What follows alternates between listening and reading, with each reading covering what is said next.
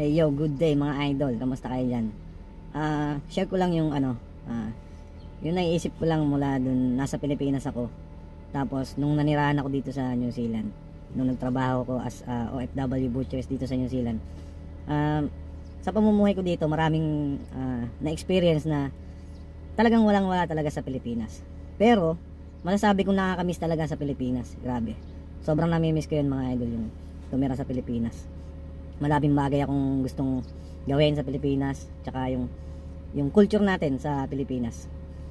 So ito yung example na yung na-experience ko dito, good man or bad man sa Pilipinas or dito sa New Zealand. Napakaganda kasi may isip mo talagang ang laki ng pagkakaiba. Katulad nito mga idol, tatawid ka sa kalsada, meron dyang pedestrian. So sa atin, sa Pilipinas, pag tatawid ka, nakatayo ka na dyan sa pedestrian, hindi ka patitigilan yan, matagal yan. Dire-diretso lang ang sasakyan yan.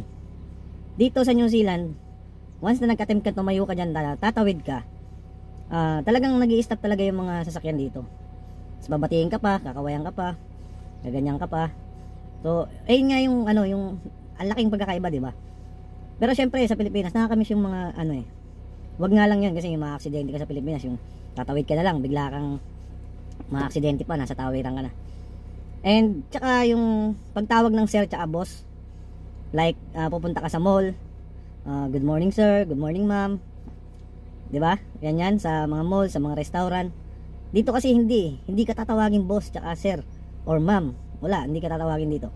Punta ka sa restaurant dito, ang gagawin sa'yo, ang ibabati lang sa'yo is good morning, good afternoon, ganon lang. Hindi ka tatawagin kahit anong ma'am, sir, ganon, hindi, walang ganon.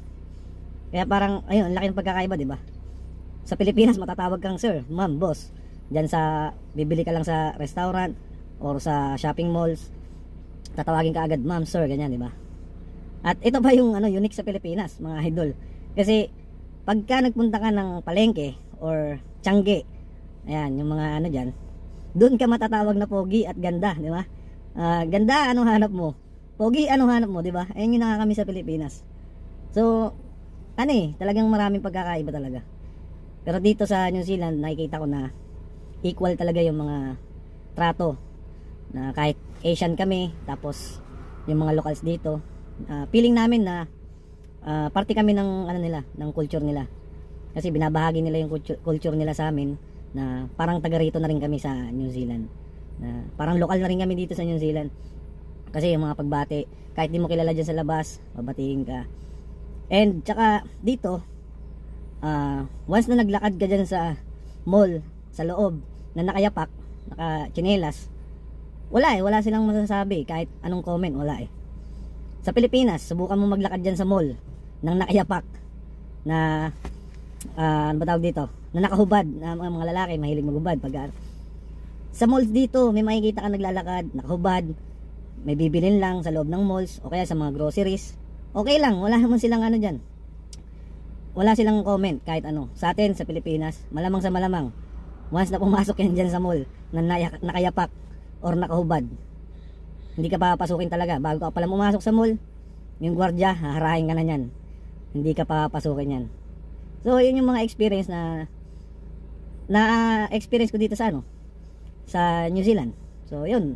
So pero nakakamiss talaga sa Pilipinas, lalo na yung tatawagin ang pogi dun sa Tianggian.